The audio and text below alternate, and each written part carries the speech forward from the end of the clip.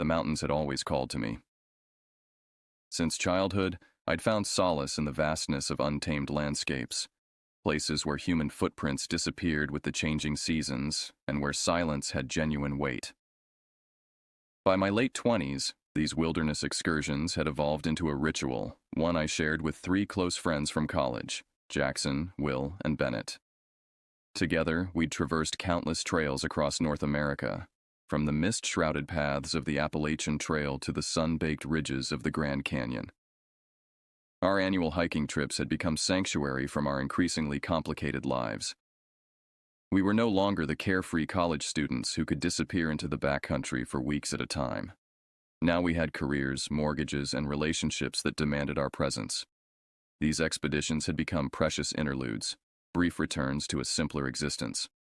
June 2017 marked our planned journey to Yellowstone National Park. I remember checking the weather forecast obsessively in the days leading up to our departure, anxiety building as I watched thunderstorm warnings flashing across my screen. The others had laughed at my meteorological fixation during our video call the night before departure. "Weather changes every 15 minutes in the mountains," Jackson had said, his beard now flecked with premature gray.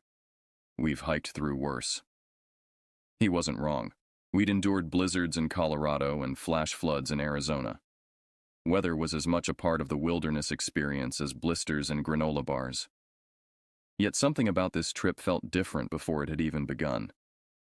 A heaviness had settled in my chest, like the atmospheric pressure drop before a violent storm. Will had noticed my uncharacteristic quiet during that call. "Getting cold feet, buddy? We can always hit a resort instead. Room service, hot tubs, overpriced cocktails." His attempt at levity had worked, momentarily dispersing the inexplicable dread I'd been feeling. "And miss the opportunity to smell your unwashed hiking socks for 4 days? Not a chance," I'd retorted, falling back into our familiar patterns of banter. Bennett, always the most practical of our group, had interrupted our exchange with logistics, departure times, gear checklists, emergency contacts. His methodical nature had saved us more than once over the years, though we'd never admit it to his face. None of us could have anticipated what awaited us in Yellowstone's remote backcountry. The memories of that trip have embedded themselves in my psyche like shards of glass, impossible to extract without causing further damage. Even now, 7 years later, certain sounds or scents can instantly transport me back to those mountains, to the moment when our understanding of wilderness, and perhaps humanity itself, fundamentally changed. I've struggled with whether to document what happened, whether giving form to these memories might somehow intensify their hold on me. But perhaps confronting them is the only path forward. So I'll begin where all nightmares begin, with an ordinary day, unremarkable in every way except for what would follow. We arrived at Yellowstone's eastern entrance shortly after dawn, having driven through the night in Bennett's aging but reliable SUV. The morning air carried the sharp scent of pine and mineral-rich soil as we shouldered our packs and checked our GPS coordinates one final time before losing reliable signal. Our destination was a remote alpine lake, nestled approximately 18 miles from the nearest marked trail. The isolation was precisely what had drawn us to this particular location, the promise of pristine wilderness untouched by the typical Yellowstone crowds. According to satellite imagery and topographical maps, the lake sat at roughly 7,200 feet, surrounded by peaks that soared well above 10,000 feet. "Perfect weather for a death march," Will remarked dryly, squinting at the cloudless sky as we began our trek. The first several miles followed an established trail, where we occasionally encountered other hikers, nodding acknowledgments as we passed. By early afternoon, we'd reached our divergence point, where we would leave the marked path and begin navigating by compass and topographical features. "Last chance to turn back," Bennett said, though we all knew it was mere formality. None of us would suggest abandoning our plans this early. The terrain grew steadily more challenging as we pushed further from established routes. What had begun as a gentle incline transformed into steep switchbacks that forced us to use our hands for balance, grasping exposed tree roots and jutting rocks. Our conversation dwindled to occasional grunts and necessary directional calls. By late afternoon, our shirts clung to our backs with sweat, and our legs burned with the effort of the climb. But the scenery rewarded our exertion. Vast expanses of untouched wilderness stretched in every direction, with distant mountains cutting sharp silhouettes against the deepening blue sky. There, Jackson pointed toward a depression between two ridgelines. Should be just beyond that next rise. We arrived at the lake just as the sun began its descent behind the western peaks. The water stretched before us, mirror still and reflecting the surrounding cliffs in perfect detail. It was smaller than we'd anticipated, perhaps half a mile across at its widest point, but undeniably beautiful. Worth every blister, Will declared, already shrugging off his pack. We established camp on a relatively flat section of shoreline, each falling into our well-practiced roles. Jackson filtered water while Bennett assembled our portable stove. Will and I erected the tents, strategically positioning them to shield against the wind that would inevitably sweep down from the peaks after nightfall. As darkness descended, we gathered around our small cook stove, passing a flask of whiskey while our freeze-dried meals rehydrated. The conversation flowed easily, covering the mundane details of our respective lives that we'd missed in the months since our last gathering. Jackson described his ongoing divorce proceedings with surprising detachment. Will shared anecdotes from his surgical residency. Bennett remained characteristically reserved about his government cybersecurity work, though he did mention an upcoming international assignment. I contributed little, finding myself increasingly distracted by our surroundings. As night solidified around us, the wilderness seemed to compress, drawing closer. The vastness that had been so evident during daylight hours somehow constricted in the darkness, as though the mountains were slowly bending toward us. "Earth to daydreamer," Will snapped his fingers near my face. "You planning to actually eat that food you've been stirring for the last 5 minutes?" I forced a laugh, attributing my distraction to altitude fatigue. But as we eventually retreated to our tents, I couldn't shake the sensation of being observed, not by anything human, but by the landscape itself, ancient and indifferent to our presence.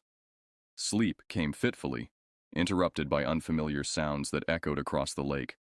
The crack of distant branches, the hollow call of night birds, and occasionally, something that resembled footsteps circling our campsite, though none of us would acknowledge this last observation until much later. Dawn arrived with merciful brightness, dispelling the unsettling impressions of the night. We emerged from our tents to find the lake shrouded in a thin layer of mist that would burn away within the hour. After a breakfast of instant coffee and protein bars, we decided to attempt one of the nearby peaks, a nameless summit that rose approximately 10,500 feet above sea level. Proper acclimation would mean waiting another day, Bennett reminded us, always the voice of caution. "Since when have we done anything properly?" Jackson countered, already repacking his day pack with water and emergency supplies. We left our campsite intact, marking our location on GPS before beginning the ascent. The terrain grew increasingly rugged as we climbed, transitioning from forest to alpine meadow to exposed rock face. Conversation waned as we conserved energy, the thinning air demanding greater effort for even basic exertion. By midday, we'd reached what appeared to be the summit, a relatively flat plateau offering panoramic views of the surrounding wilderness. The vastness was humbling. From this elevation, we could see the curvature of the earth, mountains rolling toward the horizon like frozen waves. "Worth the oxygen deprivation," Will gasped, dropping onto a sun-warmed boulder. We scattered across the plateau, each finding our own space to absorb the magnitude of the landscape. I'd wandered perhaps 50 yards from the others when I heard Bennett call out, "Guys, come look at this." Something in his tone, a strain of uncertainty I'd rarely heard from him, immediately set me on edge. I jogged toward his voice, joining Jackson and Will as they converged on Bennett's position near the eastern edge of the plateau. He stood motionless, staring downward. Following his gaze, I saw it, a horse skull, bleached bone white by sun and weather, resting amidst a scatter of loose stones. "Trail riders don't come this high," Jackson said, voicing what we were all thinking. Bennett crouched beside the skull, careful not to touch it. No other bones, Just the head. The skull's empty eye sockets seemed to watch us as we circled it, maintaining an instinctive distance. The bone was completely clean. No tissue remained, no scent of decay. Nature's cleaning process is thorough but slow. This skull had been exposed to the elements for months, possibly years. Maybe a mountain lion dragged it up here, Will suggested, though his tone lacked conviction. Jackson shook his head. Predators don't typically separate skulls so cleanly from the rest of the skeleton, and they certainly don't carry heavy bones to higher elevations. I removed my phone, snapping several photos of the skull from different angles. Bizarre souvenir of the trip, I said, attempting to lighten the mood, though the hollow feeling in my stomach suggested I'd failed even to convince myself. Someone brought it here, Bennett concluded, his expression unreadable. Deliberately. The implication hung between us, that we might not be as alone in this supposedly remote wilderness as we'd believed. The vast openness of the plateau suddenly felt exposed, vulnerable. Let's head back down, I suggested, and no one argued. As we descended, I found myself repeatedly glancing over my shoulder, scanning the landscape for movement. The majesty of the mountain had somehow transformed in the hour since our discovery. What had seemed awe-inspiring now felt vaguely threatening, as though the wilderness itself had revealed an aspect we hadn't previously perceived. We returned to camp in near silence, each absorbed in private thoughts. The lake that had seemed so inviting the previous evening now appeared opaque, concealing unknown depths.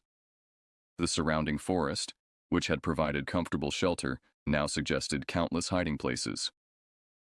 "You're all being ridiculous," Will finally declared as we slumped around our unlit cook stove.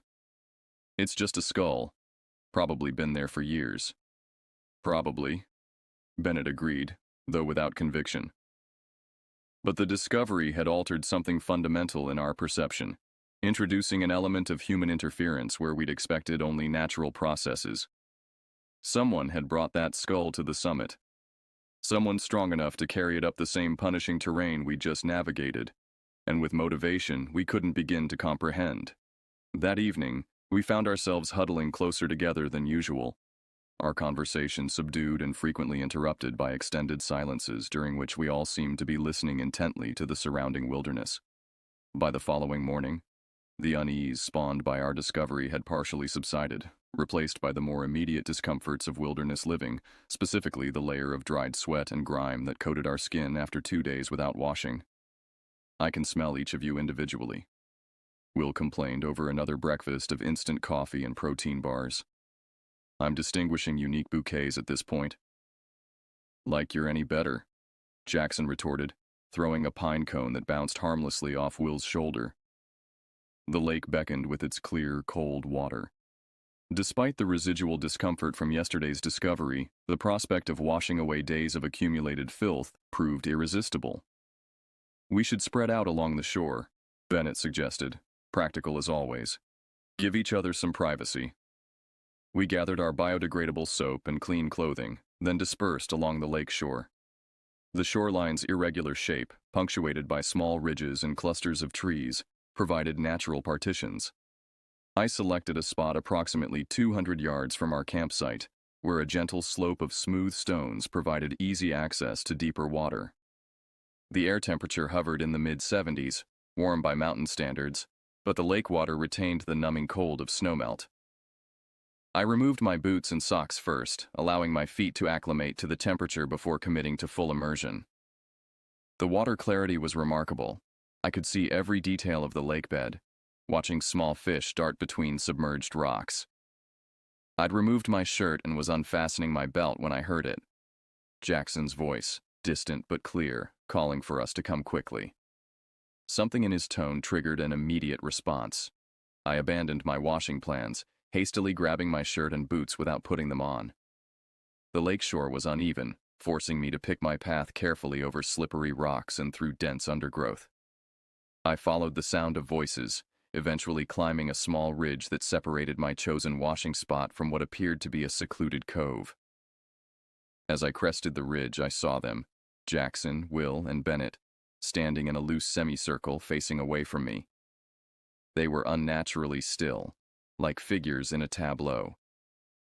Will wore only his hiking shorts, his bare torso pale against the darker background of pine trees. Bennett was fully dressed, but missing one boot. Jackson stood slightly apart, his hand raised to his mouth in what appeared to be a gesture of shock or revulsion. I called out as I approached, but none of them responded or turned. It wasn't until I drew alongside them that I understood their stillness, understood what had transfixed them so completely. Before us, partially submerged in the shallow water of the cove, lay the carcass of a horse. The animal was massive, a draft horse perhaps, with a coat that might once have been chestnut but was now mottled with decay and water damage. Its legs extended rigidly, and its bloated body had been dragged partially onto the shore, revealing the horror that had silenced my friends. The horse had no head. The separation wasn't ragged or torn. There was a precision to it that suggested deliberate removal rather than predator activity. The neck ended in a clean line just below where the skull would have connected. "Jesus," Will whispered, then immediately corrected himself. "God Almighty." None of us moved closer. The carcass showed signs of having been in the water for some time, perhaps a week or more based on the state of decomposition, but not long enough to account for the completely clean, dry skull we'd found on the mountain peak. "Could be a coincidence," Bennett said without conviction. "Different horses." Jackson shook his head slowly. "What are the odds of finding two separate dead horses in the same remote area? One missing its head, the other just a skull?" Will took an unsteady step backward. "This isn't right. We need to report this to rangers." "We're 18 miles from the nearest marked trail," I reminded him. "At least a full day's hike to reach a ranger station." A heavy silence descended as we absorbed the implications of our situation, isolated in remote backcountry with evidence of something disturbing and inexplicable. Bennett was the first to recover his composure. "We should document this before deciding our next move." The suggestion was rational, appealing to our need for concrete action in the face of something we couldn't immediately comprehend. Jackson retrieved his phone from his pocket, moving closer to take photographs of the headless carcass from multiple angles. I found myself scanning our surroundings, suddenly hyper-aware of the dense forest that pressed close to the lakeshore.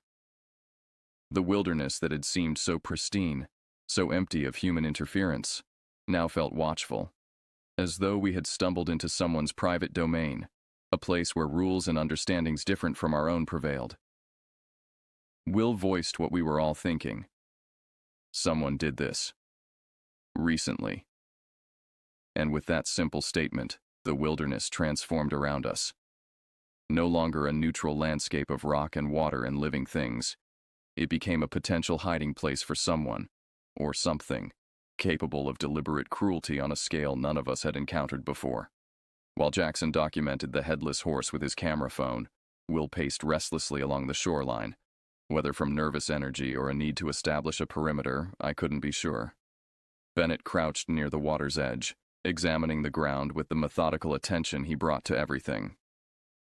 "Tracks here," he announced, gesturing toward a section of muddy shoreline. "Human boots, fairly recent, size 11 or 12. We gathered around the impressions. Distinct treads pressed into the soft earth, partially filled with water, but still clearly defined. The implication was unavoidable. Someone had been here, likely within the past day or two, given the clarity of the prints despite recent rainfall. Could be another hiker, I suggested without conviction, who happened upon a headless horse carcass and decided not to report it. Jackson countered. Will had continued his shoreline inspection, moving several yards away toward a cluster of partially submerged rocks. "Guys," he called, his voice tight with tension. "There's something else." We joined him, following his gaze to what initially appeared to be debris caught among the rocks, thin brown strips that rippled gently in the water's movement. But as Bennett leaned closer, his breath caught audibly. "That's film," he said, reaching carefully to extract one of the strips from the water. "Photographic negatives." The realization struck us simultaneously. Not digital photography from a modern device, but analog film, deliberately developed and then discarded or lost at this remote location. Bennett held the strip up to the sunlight, and we gathered close, momentarily forgetting the headless carcass behind us. The negatives revealed a series of images in reverse exposure. White where there should be black, dark where there should be light. But even with this inversion, the subject was unmistakable. "It's the horse," Jackson whispered, before decomposition set in. The negative showed the same animal we'd discovered, positioned similarly along the shoreline but in a significantly fresher state. And like our discovery, the horse in the photograph was headless, the neck ending in the same clean, deliberate line. Will scrambled to gather more film strips from among the rocks, his earlier caution forgotten in the rush to piece together this macabre puzzle. Each strip contained similar images, the headless horse photographed from various angles, with meticulous attention to detail. "These weren't taken for documentation," Bennett observed, his voice clinical but with an underlying tremor. "This is aesthetic, composed." He was right. The photographs weren't hasty snapshots but carefully framed images, the work of someone who had arranged their subject, considered lighting and composition, and captured the scene with artistic intent. "Who carries analog film equipment into the backcountry?" I asked, though the question was largely rhetorical. In an age of digital convenience, the deliberate choice of film seemed significant, anachronistic and somehow more disturbing for its methodical requirements. Film photography demanded patience. Development required chemicals, darkness, precise timing.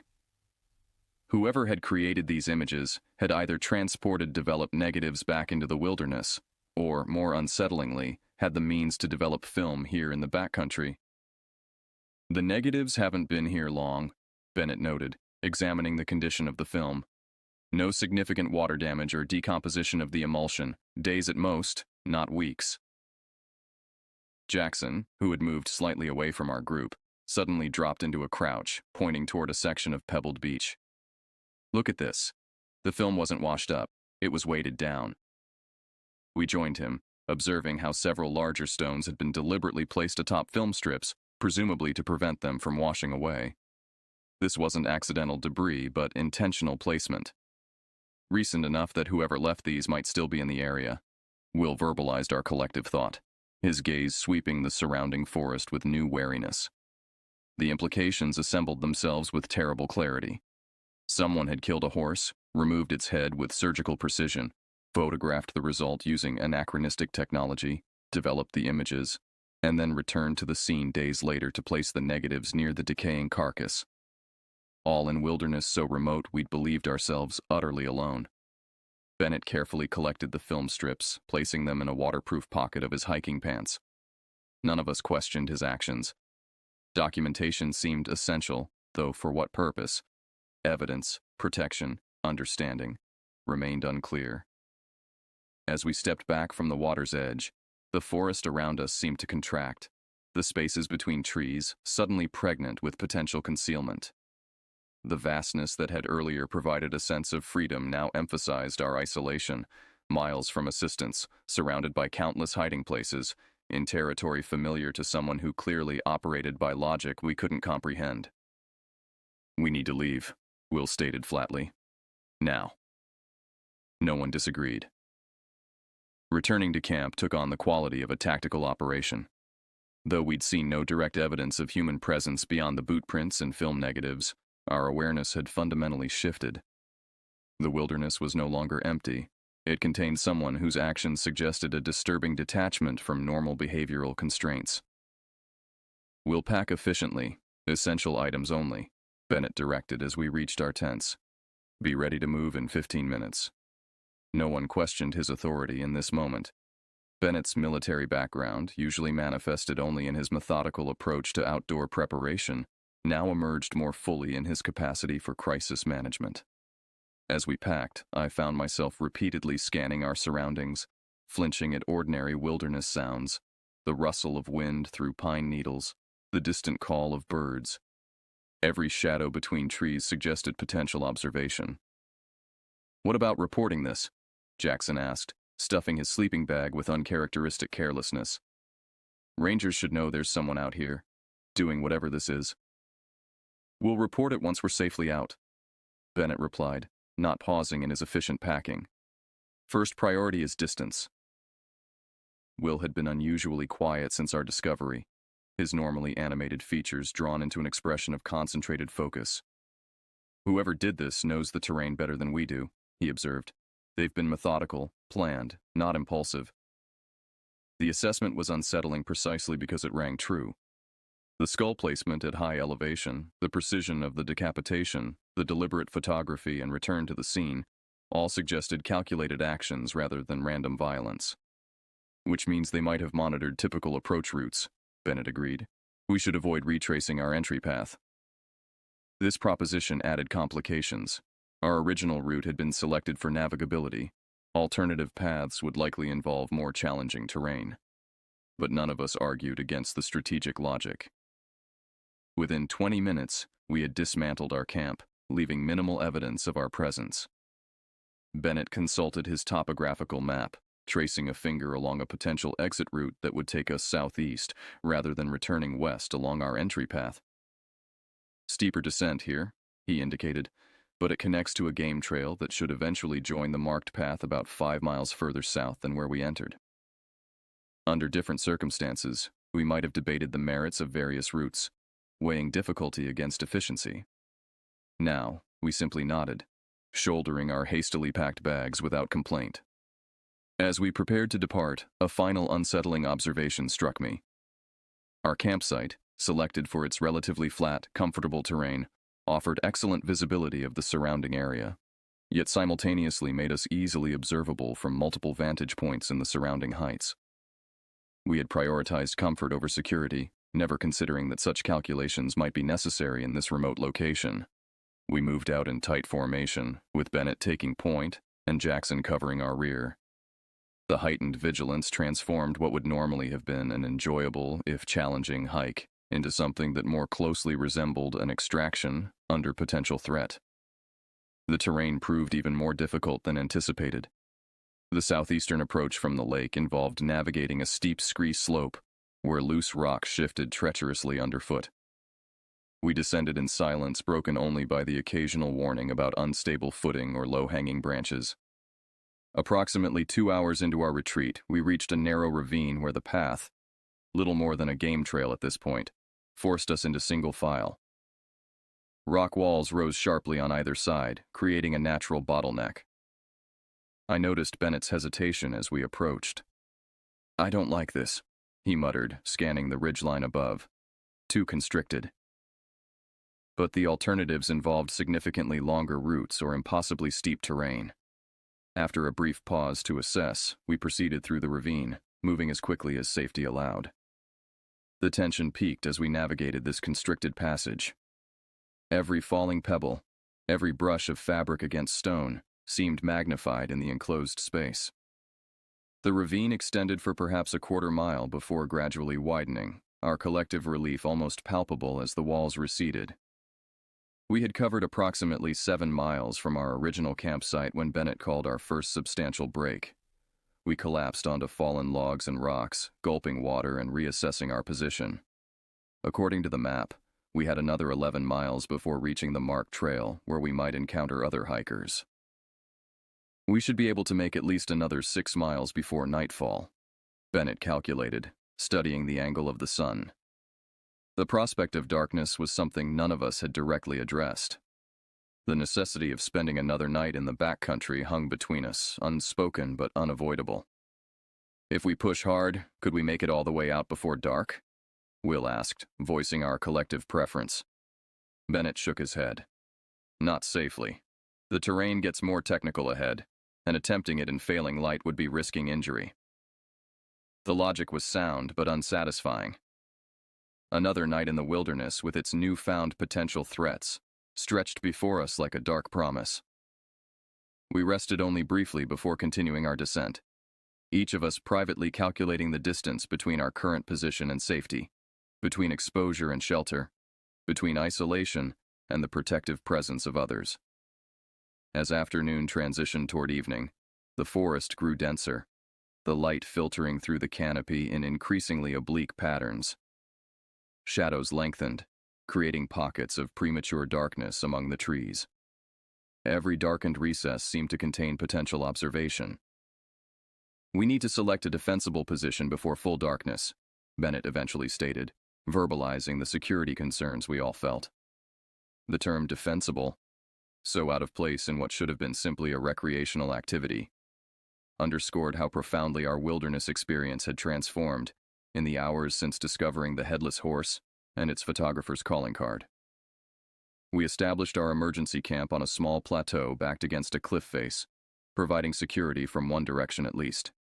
Bennett directed us to construct a minimal camp. No fire, cold rations only, tents pitched close together rather than spread for privacy. "We'll establish a watch rotation," he decided, using a tone that invited no debate. 2-hour shifts, 2 people per shift, no one alone. The arrangement meant reduced sleep for all of us, but the alternative, unwatched vulnerability throughout the night, was unthinkable after what we'd discovered.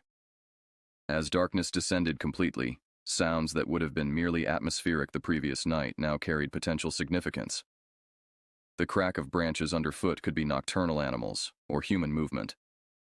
Wind through pine boughs could mask deliberate approach. Even the calls of night birds seemed to contain patterns that suggested communication rather than natural behavior. Will and I took the first watch, positioning ourselves at opposite edges of our small camp, creating a perimeter of awareness while Bennett and Jackson attempted to rest. "This is insane," Will whispered after nearly 30 minutes of tense silence. "We're letting horse parts and some weird photography hobby drive us into paranoia." The rational assessment did nothing to dispel the visceral unease that had settled into our collective consciousness.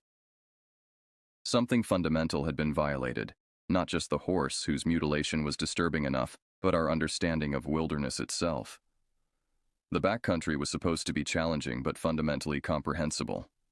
What we'd encountered operated outside those understandings. "It's not just the horse," I replied, keeping my voice low. "It's the deliberateness of it all. The staging, the return to place the negatives." Will nodded slowly. "The ritual aspect." That was it precisely, the sense of witnessing evidence of some private ceremony or practice, governed by logic we couldn't access. The horse skull placed at high elevation, the headless body positioned along the shoreline, the carefully composed photographs, the deliberate placement of negatives near the decomposing subject. Each element suggested meaning rather than randomness. Our watch passed without incident, and we woke Bennett and Jackson for the second shift. I crawled into my tent, fully clothed including boots, with my pack positioned for immediate grabbing. Sleep seemed impossible under the circumstances, yet exhaustion eventually overcame hypervigilance. I awakened to Bennett's hand on my shoulder, his voice tight with urgency. "Stay absolutely quiet. Listen." Instantly alert, I strained to identify what had prompted his warning. At first, I heard only the ambient sounds of the wilderness at night, then distinguished it. Rhythmic movement through underbrush, approximately 50 yards from our position. Not the random patterns of wildlife, but the deliberate progression of something large, moving with purpose. Jackson spotted a light, Bennett whispered close to my ear. Brief flash, like someone using a red-filtered headlamp, coming from the ridge above. We remained motionless, hardly daring to breathe as the sounds continued, measured footsteps moving parallel to our position, neither approaching nor retreating, but maintaining a consistent distance. Occasionally, branches would crack underfoot, followed by prolonged silence as though the source had paused to listen or observe. This continued for approximately 20 minutes, the presence neither revealing itself fully nor departing, but establishing what felt intentionally like awareness of our location without direct confrontation. Eventually, the sounds receded, moving gradually eastward until they faded entirely. We remained frozen in position for what seemed an eternity, none of us willing to break the silence that might reveal our exact location. "Could have been an animal," Will finally suggested, though his tone lacked conviction. Bennett shook his head slightly. "Red light filter. Someone's out there. The remainder of the night passed in hyper-vigilant rotation, our watch shifts reduced to 1 hour to combat fatigue. None of us achieved meaningful rest. By the time first light filtered through the trees, we were already packed and prepared to move, eager to escape the oppressive sense of being monitored from just beyond our perceptual boundaries. Our descent resumed with renewed urgency. The physical discomforts of rapid hiking through challenging terrain, blisters, muscle fatigue, minor scrapes from branches, registered as inconsequential compared to the psychological burden of potential observation. We encountered the first sign of regular human presence, a clearly maintained trail marker, shortly after noon. The simple wooden sign, weathered but official, prompted an almost embarrassing surge of relief. We had reached the edge of true isolation, entering terrain where others reliably passed. 8 more miles to the trailhead, Bennett calculated, consulting his map. We covered that distance with a steady determination born of collective urgency, encountering a handful of day hikers moving in the opposite direction. Their casual greetings and ordinary equipment, water bottles rather than filtration systems, light day packs instead of expedition gear, emphasized our transition back toward normal human patterns. We reached Bennett's SUV by late afternoon, collapsing against it with the exhausted relief of soldiers returning from combat. The ordinary objects in the vehicle, spare clothing, forgotten snack wrappers, a forgotten paperback on the back seat, seemed artifacts from a different reality, one governed by comprehensible patterns and predictable causality. Ranger station? Jackson suggested as we loaded our gear. Bennett nodded, starting the engine. We report this, all of it. The ranger's expression shifted from professional courtesy to focused concern as our account progressed. Initially, she seemed to categorize us as typical hikers reporting ordinary wildlife observations.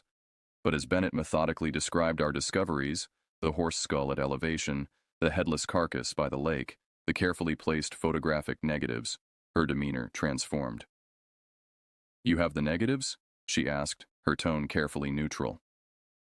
Bennett produced the sealed plastic bag containing the film strips we'd collected. The ranger accepted it without touching the contents directly, instead placing it inside an evidence envelope. And approximate GPS coordinates for both locations? We provided the data from our devices, watching as she marked positions on a large topographical map of the park's backcountry. I noticed her adding our discovery to other markers already present on the map, small red pins clustered in several remote areas. "We're not the first to report something like this, are we?" Will observed. The ranger's hesitation was brief but telling. "We've had reports of unusual findings in the backcountry, nothing conclusively connected." "But similar enough that you're tracking them," Bennett pressed. She studied us for a moment, apparently assessing how much information to share with civilians. "There have been several reports over the past 3 years of animal remains positioned in what appear to be deliberate arrangements, primarily in very remote areas, primarily discovered by experienced backcountry users like yourselves." "And the photography aspect?" I asked. Another hesitation. "You're the third group to report finding photographic documentation near displays. First with negatives, though.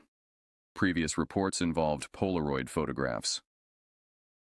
The information sent a chill through me despite the ranger station's comfortable warmth. Not isolated incidents, then, but a pattern, evolving but consistent in its fundamental aspects. "Do you have any suspects?" Jackson asked. The ranger closed her notebook with deliberate care. "I can't discuss ongoing investigations, but I can tell you we're taking this very seriously. Your report is valuable, particularly the detail about movement near your camp during the night." We provided contact information and formal statements, a process that occupied several hours. By the time we departed the ranger station, darkness had fallen again, though this time punctuated by the reassuring artificial lights of civilization. That should have been the conclusion, a disturbing wilderness encounter, properly reported to authorities, relegated to anecdote status. But 7 years later, I find the experience has not receded, but rather has periodically resurfaced with unexpected clarity. I still hike, though never again in Yellowstone's backcountry. My annual trips with Jackson, Will, and Bennett continued for several years afterward, though with subtle adjustments. Preferences for popular, well-traveled routes, avoidance of truly remote locations, a collective unspoken gravitation toward trails where regular ranger patrols were known to operate. Eventually, our group expeditions tapered as life intervened. Bennett accepted an overseas assignment. Will's surgical practice demanded increasing time. Jackson relocated to the Pacific Northwest after finalizing his divorce. We maintain contact through sporadic video calls and occasional one-on-one visits, but our collective wilderness adventures have become archival rather than ongoing. I followed news reports about Yellowstone for years afterward, searching for any mention of unusual discoveries or arrests related to what we'd encountered. Nothing conclusive ever emerged publicly. Occasional vague references to vandalism or wildlife harassment in extremely remote areas suggested continued activity, but details remained sparse. 3 years after our experience, I received an unexpected email from the ranger who had taken our report. She offered no specifics, but did mention that our information had contributed significantly to an ongoing federal investigation. She thanked us for our detailed observations and advised that we might be contacted by federal authorities, though such contact never materialized. Sometimes during otherwise ordinary moments, standing in line at a grocery store, sitting in traffic, attending a workplace meeting, I am suddenly overtaken by the memory of those negatives held up against mountain sunlight, revealing their inverted images of deliberate mutilation. Or I recall the measured footsteps circling our camp in darkness, the brief flash of filtered red light among distant trees. In these moments, I'm reminded that wilderness represents more than geographical remoteness. It can also describe psychological territory, spaces beyond normal constraints, where actions that would be immediately identified and contained in civilization can unfold according to private logic, visible only through their careful documentation. I've come to believe that what we encountered was neither supernatural nor particularly mysterious in itself. Rather, we glimpsed evidence of human behavior operating beyond social boundaries, in terrain where oversight is minimal and private ritual can develop uninterrupted. The wilderness amplified this encounter not through any inherent quality, but through the stark contrast it provided: beauty against cruelty, vastness against intimate detail, natural processes against deliberate interference. The national parks brochures warn visitors about bears, unpredictable weather, and treacherous terrain. They suggest proper equipment, adequate water, and appropriate emergency preparations. They never mention the possibility of encountering evidence that the human capacity for disturbing behavior extends even into supposedly pristine wilderness. That someone might be watching from beyond the firelight, documenting their private ceremonies, and occasionally allowing others glimpses of practices governed by impenetrable personal mythology. Our hiking group's unspoken motto had always been that the scariest thing in the wilderness was the occasional uncomfortable outdoor bathroom situation. We were wrong. The truly frightening element was what we brought with us: human consciousness with its capacity for both transcendent appreciation and unfathomable cruelty, existing simultaneously in the same magnificent landscape.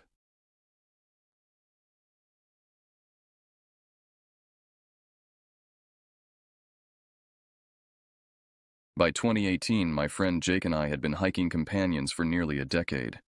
We had traversed the dense forests of Washington and Oregon together, endured the scorching heat of southwestern deserts, and conquered the challenging peaks of the Sierra Nevada side by side. Our experiences had forged a deep trust between us, the kind that develops only through shared hardships and triumphs in remote wilderness areas. After years of exploring familiar territories, we craved something more demanding, more isolated, more primal. That's when Jake suggested the Frank Church River of No Return Wilderness, or simply the Frank, as seasoned outdoorsmen call it. Located in Idaho and spanning over 2 million acres, it represents one of the largest contiguous wilderness areas in the continental United States. The name itself carried an ominous weight that should have been our first warning.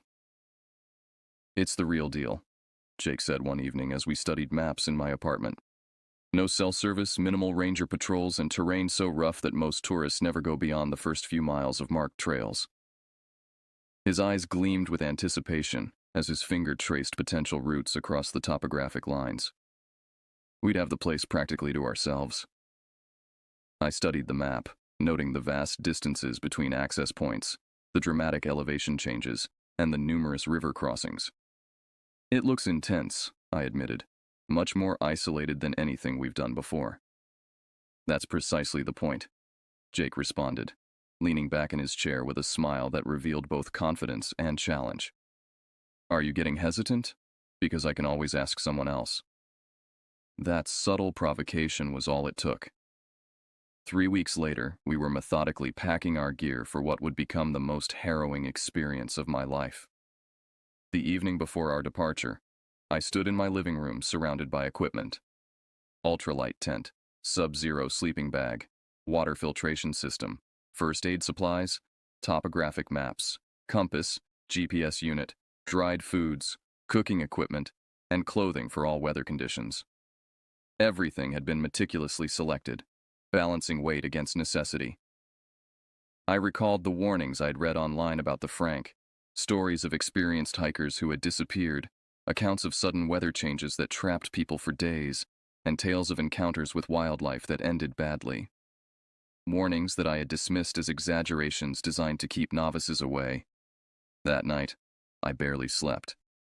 An inexplicable unease had settled in my chest, not the usual pre-adventure excitement, but something darker, more foreboding. In retrospect, perhaps it was intuition trying to warn me, but I ignored it, attributing the sensation to normal pre-trip anxiety. Dawn brought clarity and determination. We loaded my Subaru Outback, secured the roof rack, and began the long journey northward from California into Idaho's rugged interior. The drive took nearly 2 days, the landscape gradually transforming from the familiar to the foreign. Civilization thinned out as we progressed, small towns giving way to isolated gas stations, then to nothing but wilderness.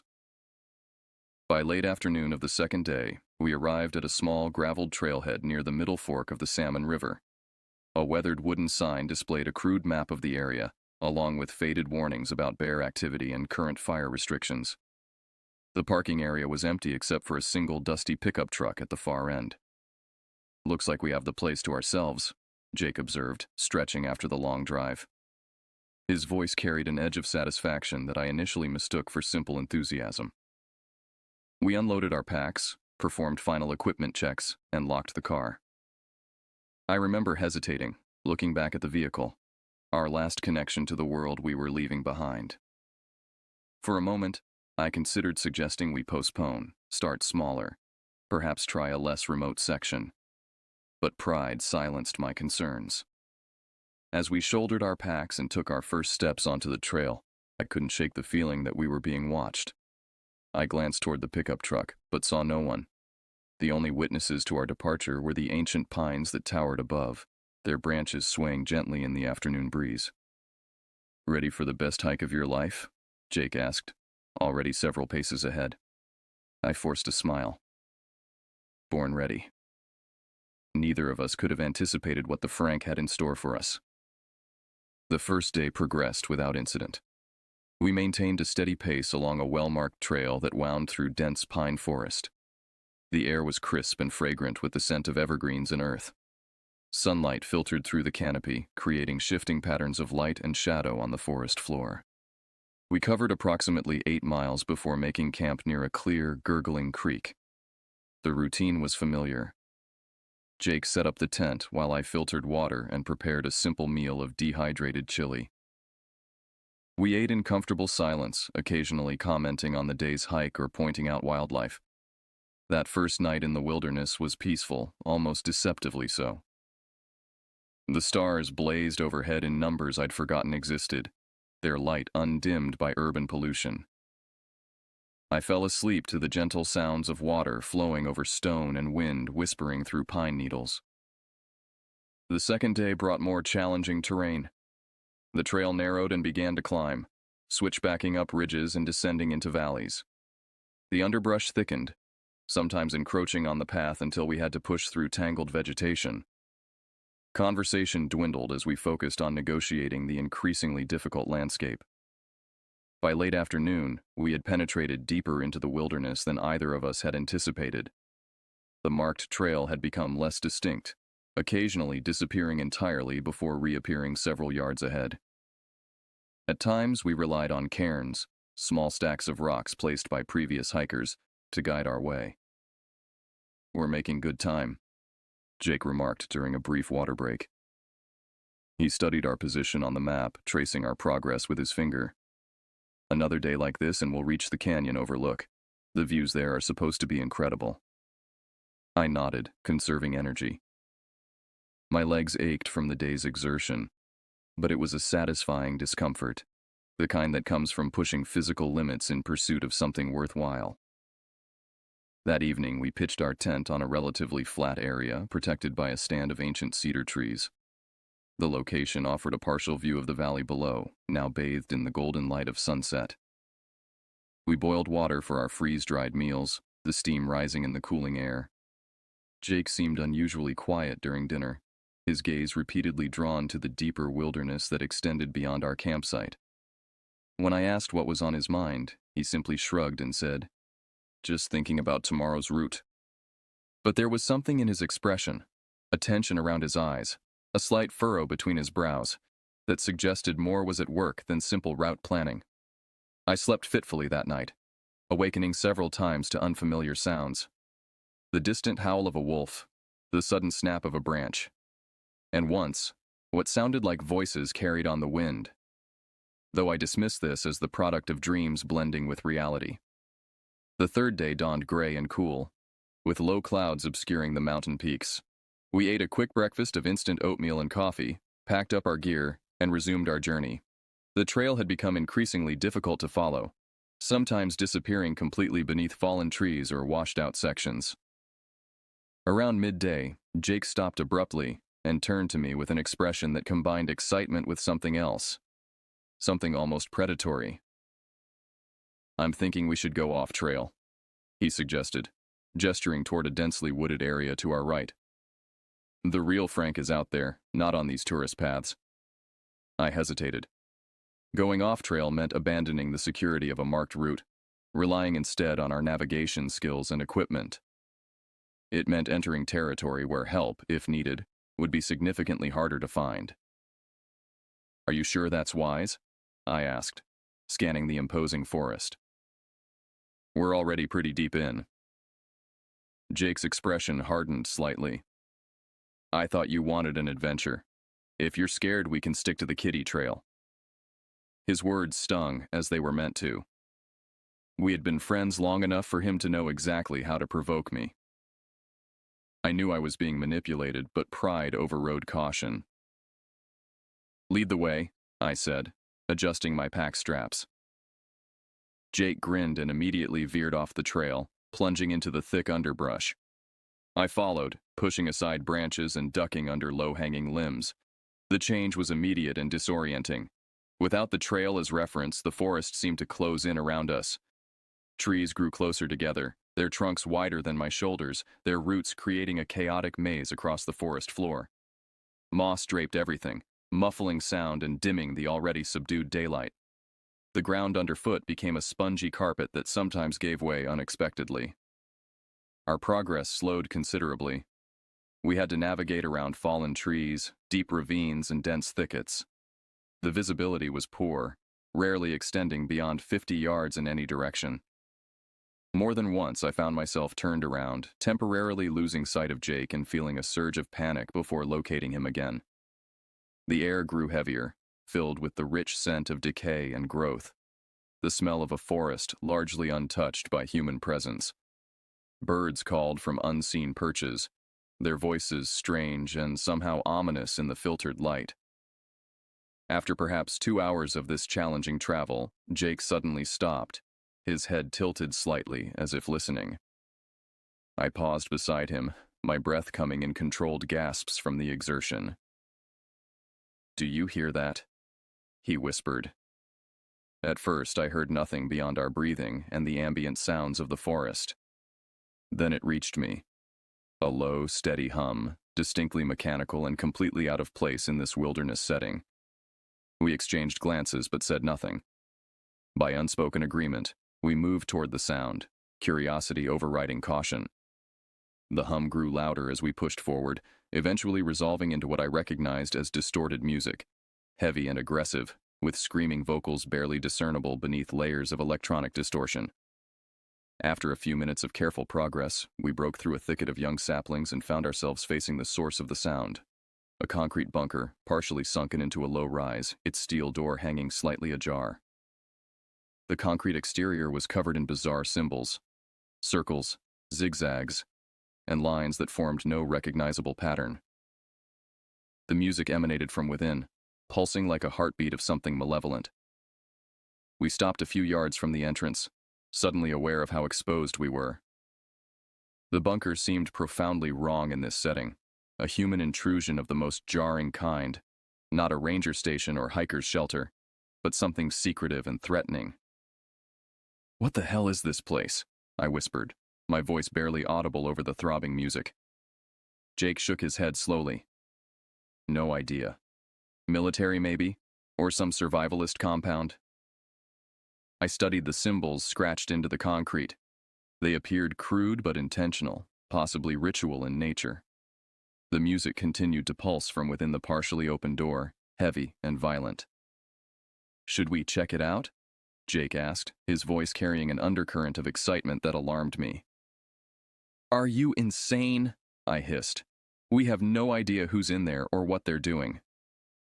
The sensible course of action was obvious. Retreat quietly and continue our journey, perhaps reporting the location to rangers once we returned to civilization. But as we stood there, I realized a disturbing truth.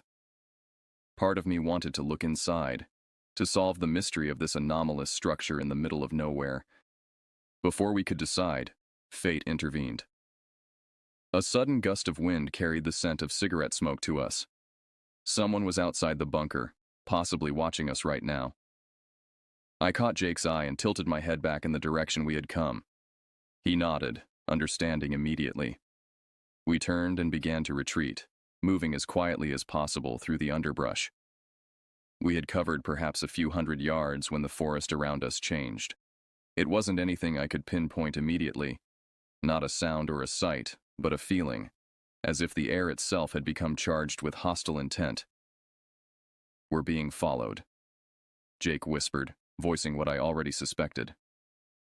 We quickened our pace, no longer concerned with stealth but with putting distance between ourselves and the bunker. Branches scraped against my arms and face as I pushed through the dense vegetation. We were discussing who would build such a structure in this remote location when two figures materialized from the trees ahead, as if they had been waiting for us. They wore full camouflage gear with balaclavas concealing their faces. Each held what appeared to be an AK-style rifle, barrels currently pointed downward but gripped with obvious readiness. My entire body tensed as Jake and I stopped, frozen in place. For several heartbeats, nobody moved. The only sound was our labored breathing and the distant thump of music from the bunker behind us. Then one of the men raised his rifle, pointing it directly at us. "On your knees," he commanded, his voice flat and emotionless. "Arms up." I glanced at Jake, whose hands were moving toward the straps of his backpack. In that moment, I realized we were in genuine danger. These weren't park rangers or even ordinary hunters. The remoteness of our location, the hidden bunker, the concealed faces. Everything pointed to people who operated outside the law. As I slowly raised my hands, Jake made his move.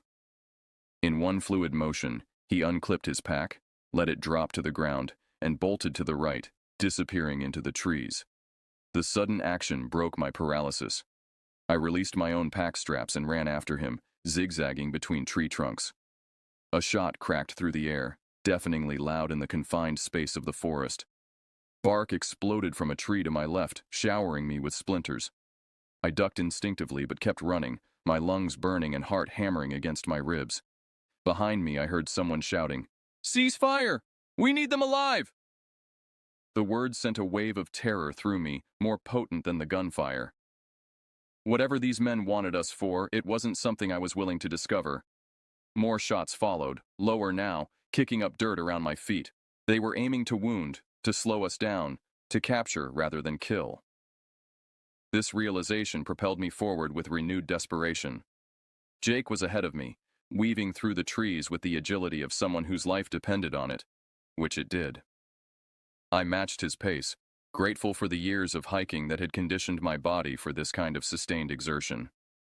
The gunfire eventually stopped, but we continued running until our legs threatened to give out. When we finally stopped, both of us were gasping for breath, bodies trembling from adrenaline and exertion. "I think we lost them," Jake managed between gulps of air, leaning against a tree for support. We listened intently, hearing nothing but the natural sounds of the forest and our own ragged breathing. No footsteps, no voices, no gunfire. But the absence of pursuit offered little comfort given our new reality. We were now deep in wilderness territory without our packs, which meant no food, no shelter, no maps, and no emergency equipment.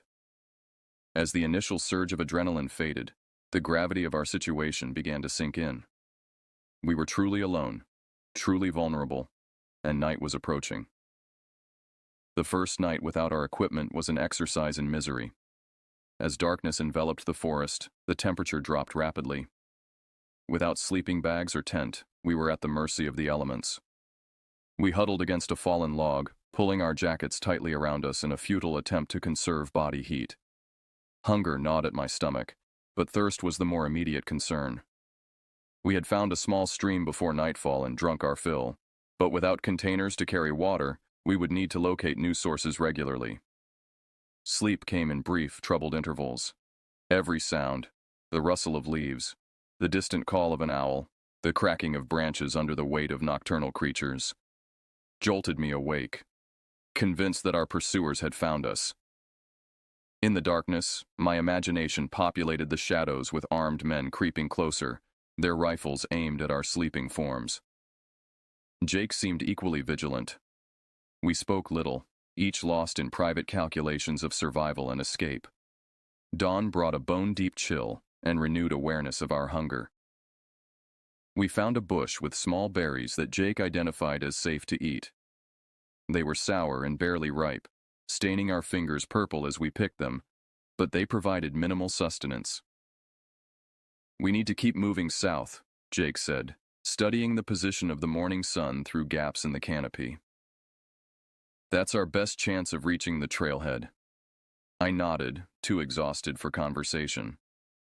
My head throbbed with a dull, persistent ache, and my mouth felt dry despite having drunk water recently.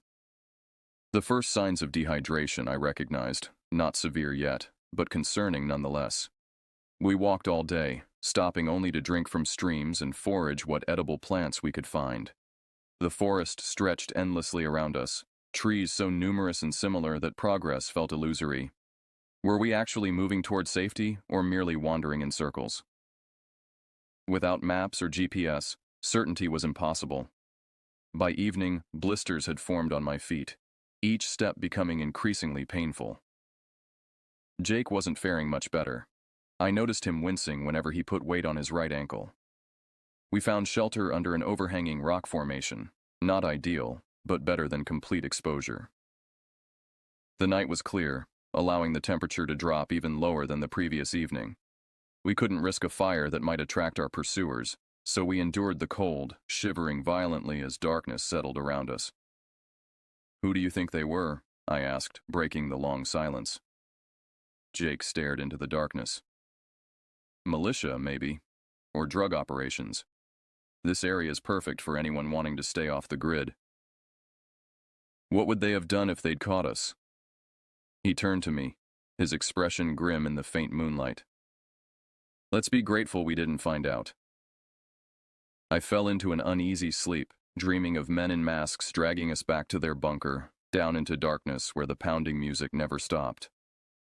I awoke multiple times, heart racing, convinced I'd heard footsteps approaching. The third day brought weakness and disorientation.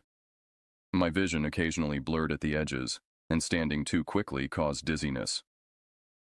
We found more berries and some edible roots, but our bodies were operating at a severe caloric deficit. "We need protein," Jake muttered, scanning the forest floor for signs of small game. "And fat." We can't keep going like this. But we had no weapons, no traps, no means of hunting. We trudged onward, each step requiring conscious effort. Conversation dwindled to essential communication only. Warnings about difficult terrain ahead, notifications of water sources, brief consultations about direction. The forest had transformed from a place of adventure to one of menace. Every shadow concealed potential threats. Every unexpected sound triggered a surge of adrenaline. The wild, which had once been our playground, had become our prison. Late in the afternoon, Jake suddenly stopped, raising his hand for silence. I froze, straining to hear what had caught his attention. "Engine," he whispered, pointing to our right. At first I heard nothing. Then it reached me. The distant but unmistakable sound of a motor vehicle. It could mean salvation or danger. There was no way to know which. We moved cautiously toward the sound, pushing through dense underbrush until we emerged onto a narrow dirt road, little more than a rutted track cutting through the trees, but unmistakably man-made. Civilization, I breathed, feeling a surge of hope for the first time in days. Jake nodded, but his expression remained cautious. Could be anyone's road. Might lead to a ranger station. Might lead back to them. We debated briefly before deciding to follow the road. Even if it didn't lead directly to safety, it would eventually connect to larger roads and, ultimately, to people who could help us. We walked for perhaps an hour, staying just inside the tree line rather than on the exposed road itself, a compromise between making good time and maintaining caution. The road curved and dipped, following the natural contours of the land. As we rounded a bend, a small wooden structure came into view. A ranger station, its windows glowing with warm light in the fading day. A pickup truck with National Park Service markings was parked outside. Relief flooded through me so powerfully that my knees nearly buckled. Jake placed a steadying hand on my shoulder, his own expression revealing the same profound emotion. "We made it," he said simply. We approached the ranger station slowly, aware of our appearance. Filthy, scratched, clothes torn, faces gaunt from hunger and exhaustion. The ranger who opened the door took one look at us and immediately ushered us inside. "Good Lord, what happened to you boys?" he asked, already moving to pour coffee and retrieve first aid supplies. He was an older man with a gray beard and weathered face, his uniform bearing the faded patch of someone who had served in the wilderness for decades. His name tag identified him as Ranger Wilson. As we sipped hot coffee with trembling hands, we recounted our experience. The bunker, the strange symbols, the armed men who had pursued us, our desperate flight through the forest without supplies. Wilson listened without interruption, his expression growing increasingly grave. When we finished, he picked up his radio and contacted local police, providing our location and a brief summary of our story. Then he turned back to us. "You're lucky to be alive," he said simply. "That area has a history of problems." "What kind of problems?" Jake asked. Wilson sighed, seeming to weigh how much to tell us. "The Frank is big, too big to patrol effectively. Over the years, it's attracted people who want to disappear. Some are just off-grid types, harmless enough. Others are more dangerous. Militia groups, survivalists with extreme views, even criminal operations." "And the authorities just let them stay out there?" I asked, incredulous. "It's complicated," Wilson replied. "Limited resources, jurisdictional issues. Sometimes we know generally where these groups are operating, but without specific evidence of criminal activity, there's not much that can be done. And when there is evidence, mounting an operation in terrain like this is extremely difficult and dangerous." 2 police officers arrived about an hour later. They took our statements, their expressions professional but skeptical, in a way that suggested they'd heard similar stories before. They promised to send rangers to investigate the bunker location, based on our best attempt to describe its position. We spent the night at the ranger station, sleeping on cots that felt luxurious after our nights on the forest floor. In the morning, the police returned with news. The rangers had found the bunker, but it was empty. No people, no equipment. just the concrete structure with its bizarre symbols scratched into the walls. Our backpacks were nowhere to be found. "These groups are mobile," one officer explained. "They probably cleared out as soon as they realized there were witnesses in the area. They'll likely relocate to another section of the wilderness." The implication was clear. They were still out there, just somewhere else now. The thought sent a chill through me despite the warmth of the ranger station. After providing us with meals and basic medical attention for our various minor injuries, Ranger Wilson drove us back to our car at the trailhead. It sat exactly as we had left it, a surreal reminder of how dramatically our circumstances had changed in just a few days. The drive home was largely silent. Jake stared out the passenger window, his expression unreadable. I gripped the steering wheel until my knuckles turned white, replaying events in my mind, questioning decisions, wondering about alternative outcomes. The wilderness that had once been a source of joy and escape had revealed a darker aspect, a reminder that not all dangers in the wild come from nature itself. The physical recovery came quickly. Within a week, the blisters had healed, the scratches had faded, and the persistent ache of hunger had become a distant memory. The psychological aftermath proved more enduring. I found myself startling at unexpected sounds, even in the safety of my apartment.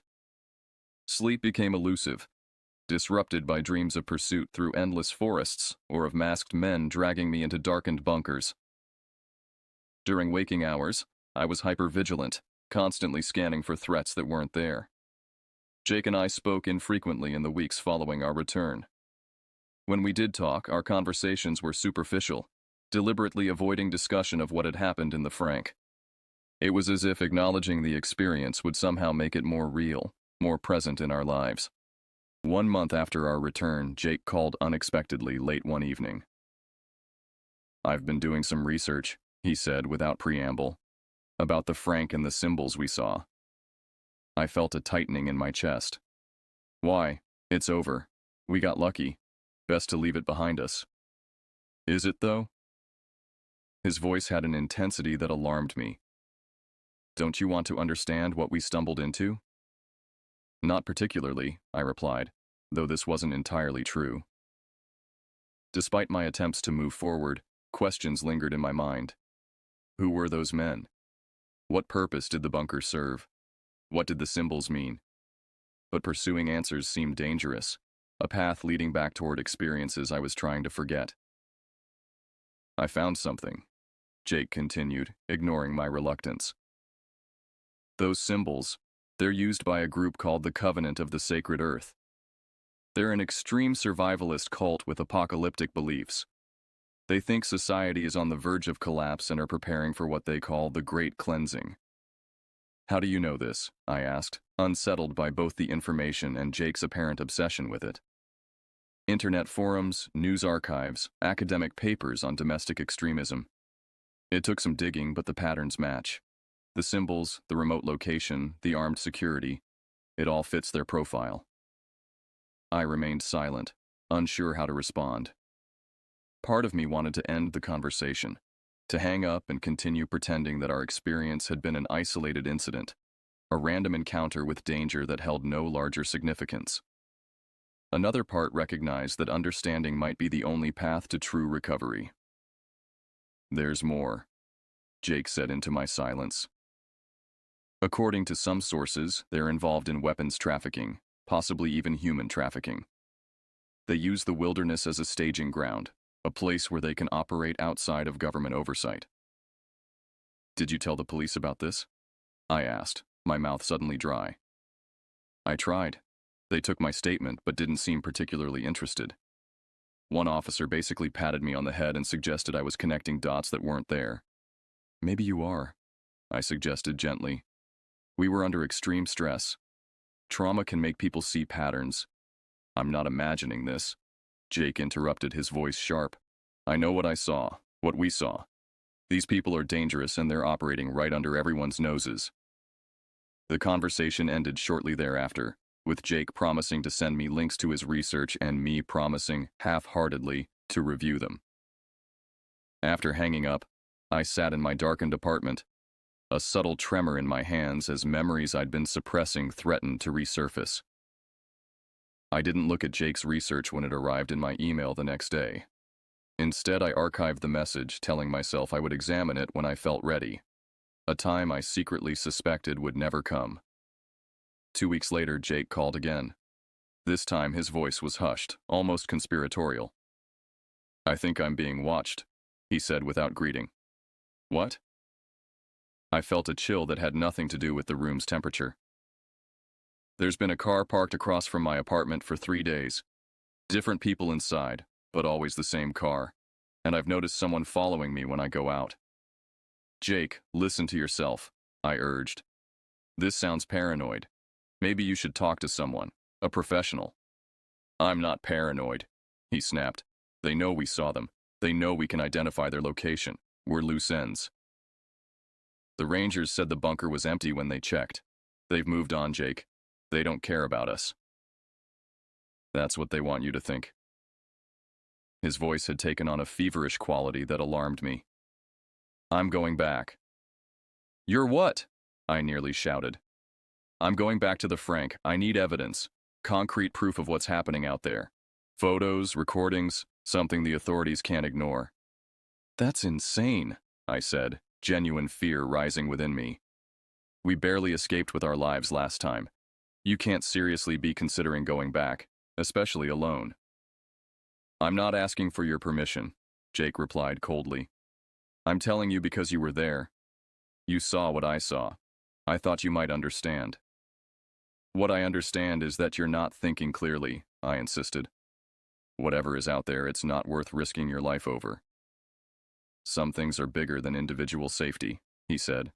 "If what I suspect is true, people are being hurt, maybe killed. I can't just pretend I don't know that." No amount of reasoning could dissuade him.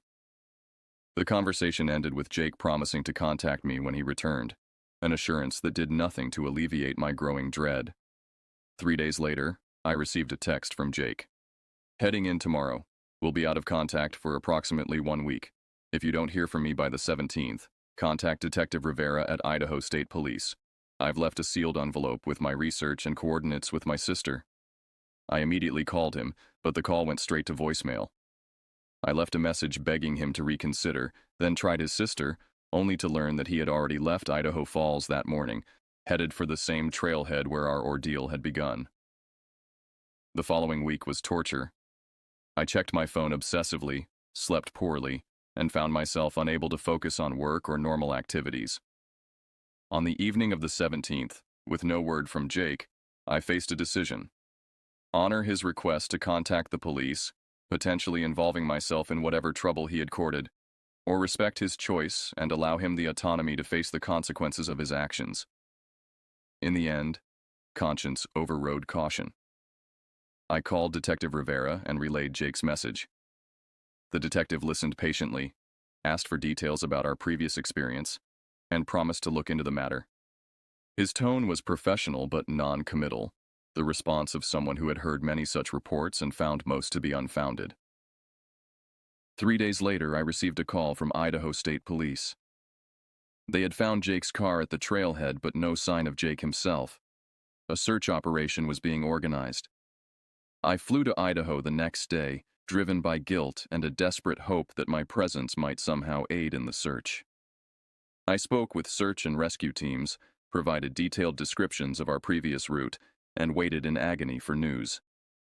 The search lasted 5 days before being scaled back. No trace of Jake was found, no equipment, no clothing, no signs of distress or struggle. It was as if the forest had simply swallowed him. Most of the search team believed he had become lost or injured in the vast wilderness, a tragic but not uncommon occurrence. Only Detective Rivera seemed to give any credence to the story of armed men in hidden bunkers, and even his interest seemed professional rather than convinced.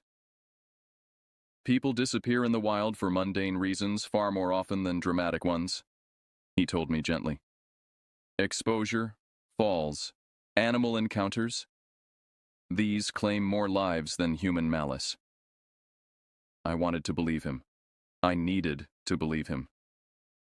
The alternative, that Jake had been right, that he had been taken by the same people who had pursued us, was too horrific to contemplate. I returned home eventually, leaving contact information with local authorities in case new developments arose. Weeks passed, then months. Jake's family held a memorial service, though his body had not been recovered. I attended, hollow-eyed and distant, unable to share with them the full truth of what might have happened to their son and brother. In private moments, I sometimes revisited the archived email containing Jake's research. Each time my finger hovered over it, trembling slightly before I closed the application without opening the message. Whatever truths it contained, I wasn't ready to face them. A year passed. The police officially classified Jake as a missing person presumed deceased due to wilderness mishap. His case remained open, but inactive. Life continued, as it must. I no longer hiked. The very thought of entering even a local nature preserve triggered anxiety so intense it left me gasping for breath. The wilderness had been transformed in my mind from a place of refuge to one of concealed dangers and lurking malice. Sometimes, in the liminal space between wakefulness and sleep, I imagined Jake alone in the forest, pursued by masked men with rifles, calling my name as darkness closed around him. In these moments, I would startle fully awake, drenched in sweat, reaching for a phone to call for help that would never arrive in time.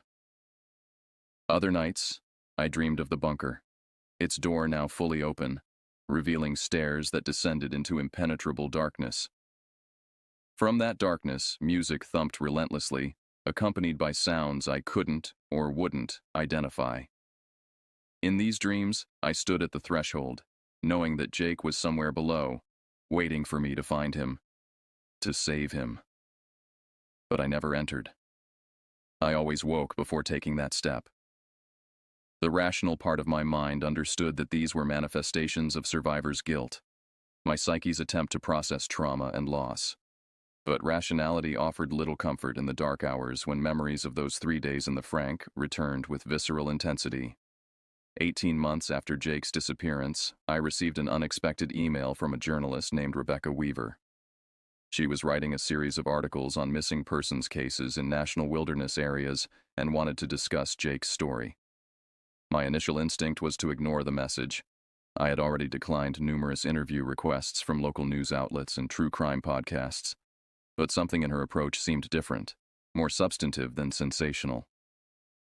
After several days of consideration, I agreed to meet her at a coffee shop near my apartment. Rebecca proved to be serious and well prepared, with a stack of notes and a recorder she asked permission to use. She had already interviewed Jake's family and several members of the search team, she explained, and had reviewed the official reports. "What most interests me about your friend's case," she said after preliminary introductions, "is the discrepancy between the official explanation and certain details that don't quite fit the standard lost hiker narrative." "What details?" I asked cautiously. For one, Jake was an experienced outdoorsman who had successfully navigated challenging wilderness before. For another, he left behind what appears to be extensive research into extremist groups operating in the Frank Church wilderness. And then there's your initial report about armed men in a bunker. A report that was largely dismissed by authorities. I stared at her, feeling a complex mix of emotions. Surprise that she had uncovered Jake's research. Relief that someone was taking the more troubling aspects of his disappearance seriously. And renewed fear at the prospect of revisiting those experiences. "I don't know what Jake told you," I began carefully, "but our encounter in the Frank was—" I hesitated, searching for words that wouldn't make me sound delusional. "Traumatic?"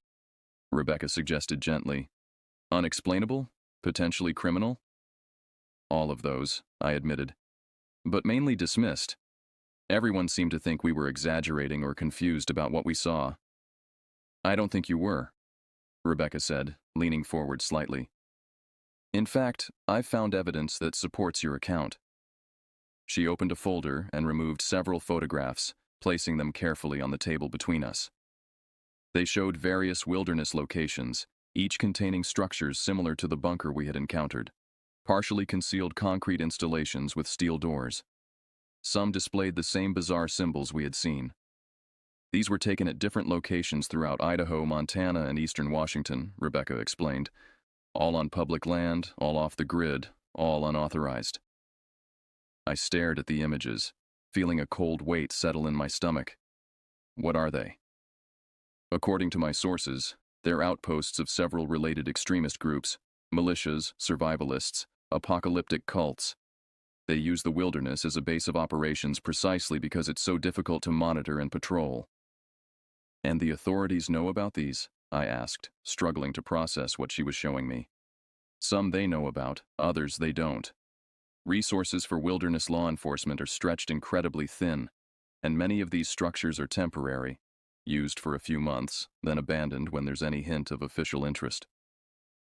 She pulled out another document, this one appearing to be an internal report from a law enforcement agency, though specific identifying information had been redacted. According to this source, there's been increased activity in the region over the past 3 years. Weapons stockpiling, paramilitary training, and possibly involvement in human trafficking, specifically the transportation of individuals across remote border sections into Canada. Human trafficking? I echoed, remembering what Jake had said during our last conversation. Rebecca nodded grimly. Primarily labor trafficking, moving people who are then forced to work in illegal operations across the border. But also some cases involving... She paused, seemingly reluctant to continue. Involving what? I pressed. Ritual abuse, she said quietly. Some of these groups have extreme religious or ideological beliefs that include initiatory violence. The coffee shop suddenly felt too warm, too confined. I loosened my collar, trying to maintain composure as memories of the bunker and the masked men collided with these new revelations. I think Jake may have stumbled onto something significant during his research, Rebecca continued. Something that made him dangerous to these groups. And I think that's why he disappeared. If what you're saying is true, I began, my voice sounding distant to my own ears. Then why hasn't there been a serious investigation? Why was his case so quickly classified as just another wilderness accident? Rebecca sighed, gathering the photographs and returning them to her folder. That's what I'm trying to find out. It could be simple jurisdictional confusion or resource limitations, or the inherent difficulty of investigating crimes in such remote areas. Or what? Or there could be more deliberate reasons for the lack of official interest. Her expression was carefully neutral as she said this, but her implication was clear. You're suggesting corruption?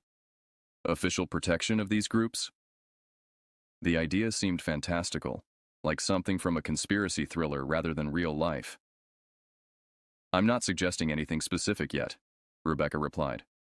I'm gathering information, following leads, looking for patterns. That's why I wanted to speak with you, to hear directly about what you and Jake experienced, without the filter of official reports. I spent the next 2 hours recounting everything in excruciating detail. The bunker, the symbols, the armed men, our escape, and later, Jake's growing obsession with understanding what we had encountered. Rebecca listened intently, occasionally asking clarifying questions but mostly allowing me to tell the story at my own pace.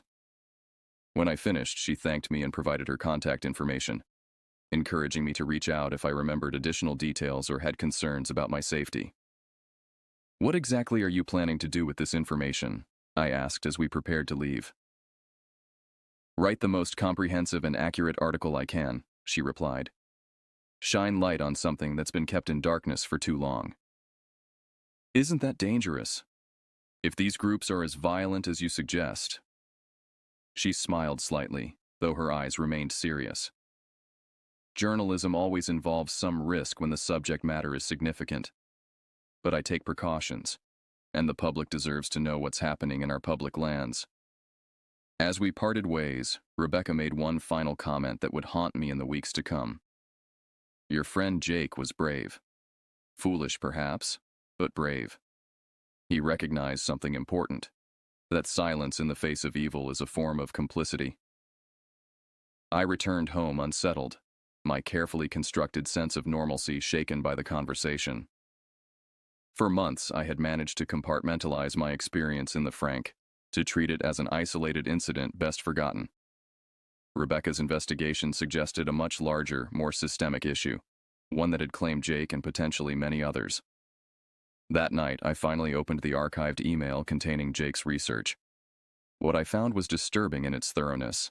Maps marking suspected locations of hidden facilities, timelines of known disappearances in the region, photographs taken from public records of individuals believed to be involved in extremist activities, and detailed analyses of the symbols we had seen, tracing their origins through various apocalyptic ideologies. Jake had been building a case, methodical and comprehensive, and it had likely gotten him killed. I forwarded the entire file to Rebecca, along with a brief message. Jake would have wanted you to have this. Be careful. Her reply came hours later. Thank you. This helps confirm several connections I've been tracking. I promise to use it responsibly. And yes, I'm always careful. 2 weeks passed without further communication. I returned to my routine, though thoughts of Jake and the bunker intruded more frequently now, stirred by the conversation with Rebecca and my review of Jake's research. Then, on a Wednesday evening, I received a text from an unknown number. Need to meet urgently. Information about Jay same place, tomorrow, 2 p.m. R. The message's brevity and urgency triggered immediate concern. Had Rebecca found something definitive about Jake's fate, or was she herself in danger now? I arrived at the coffee shop 30 minutes early, selecting a table with a clear view of both the entrance and the street outside. Rebecca arrived precisely at 2, looking considerably more harried than during our previous meeting. She carried no folder this time, just a small notebook that she kept clutched tightly. Thank you for coming, she said, sitting down and immediately scanning the room. I wasn't sure if you would. You said you had information about Jake, I replied.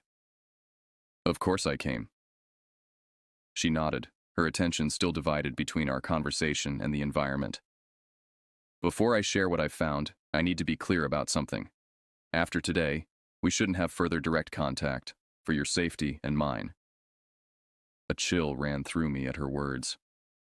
What's happened? My investigation has attracted attention, she said quietly. My laptop was stolen from my hotel room 3 days ago, though nothing else of value was taken. And I've noticed consistent surveillance, the same vehicles appearing wherever I go, people photographing me from a distance. God, I breathed. Have you gone to the police? A humorless smile crossed her face. With what evidence? A stolen laptop could be any random thief. And people taking pictures in public places isn't illegal. Besides, I'm not convinced all local law enforcement would be sympathetic to my concerns. She opened her notebook and pushed it across the table. Inside was a hand-drawn map with several locations marked. I've confirmed at least 7 active compounds in the region, she explained, keeping her voice low. Based on Jake's research and my own sources, they appear to be connected. Different cells of the same organization or allied groups with similar objectives. She pointed to a location circled in red. This is where you and Jake encountered the bunker, and this, her finger moved to another mark about 20 miles away, is where a hunter reported strange activity 2 months before Jake disappeared. And here, she indicated a third location, is where search teams found an abandoned campsite they believe belonged to Jake, based on personal items recovered there. I studied the map, noting the proximity of the 3 locations. You think they found him? It wasn't a question, but Rebecca nodded anyway. I think he got too close to something they couldn't allow to be exposed. My source inside federal law enforcement believes these groups are involved in weapons trafficking across the Canadian border. Military-grade hardware, not just hunting rifles. Why are you telling me this? I asked, suddenly aware of how dangerous this knowledge might be. Because my article is going to press next week, and when it does, there could be backlash. I wanted you to be prepared, to take precautions. What kind of precautions? Against what? She reclaimed her notebook, closing it carefully. Against the possibility that someone might connect you to Jake's research or my investigation. These groups are meticulous about eliminating perceived threats. The coffee shop suddenly felt exposed, vulnerable. I resisted the urge to look over my shoulder to check whether we were being observed even now. I'm not a threat to anyone, I insisted. I haven't done anything with what I know. Rational people would understand that, Rebecca agreed. But we're not dealing with rational actors here. These are extremists who see conspiracy and danger everywhere. In their worldview, anyone connected to exposure is a potential enemy. She stood, preparing to leave. I've arranged for the full article to be sent to you when it publishes. After that, I suggest a period of heightened awareness. Change your routines, vary your schedule, be observant of your surroundings. Not forever, just until the attention shifts elsewhere. This is insane, I said, feeling overwhelmed. All because we went hiking in the wrong place at the wrong time. Sometimes that's all it takes, Rebecca replied softly. Being in the wrong place at the wrong time can change everything. As she turned to leave, I called after her. Was it worth it? For Jake, I mean. Did his research, his sacrifice make a difference? She paused, considering the question. I believe it will. The article incorporates his findings, though I've protected his identity as much as possible. When it publishes, there will be investigations that can't be easily dismissed. For the first time, these groups will face real scrutiny. After she left, I remained at the table, my coffee growing cold as I considered the implications of our conversation. What had begun as a simple hiking trip had expanded into something unrecognizable, a dark web of extremism, trafficking, and violence operating in the shadows of America's wilderness. And somewhere within that web, Jake had been caught, silenced for knowing too much, for seeing what others had missed or ignored. The thought filled me with both grief and a growing sense of responsibility. If his work, his discovery, had indeed been meaningful, then perhaps there was value in ensuring it wasn't forgotten or suppressed. I left the coffee shop with a strange mixture of dread and resolve. Whatever came next, I would face it with open eyes, honoring Jake's memory by refusing to look away from uncomfortable truths, even when that gaze invited danger. The forest that had once been a place of sanctuary had been irreversibly transformed in my mind. But perhaps understanding its darkness was the only way to reclaim what it had taken from us. Not through denial or forgetting, but through confrontation with the truth, however terrifying that truth might be. In the end, that may have been Jake's most important legacy to me. Not our years of shared adventure, but this final lesson. That some journeys, once begun, cannot be abandoned, even when they lead into shadow.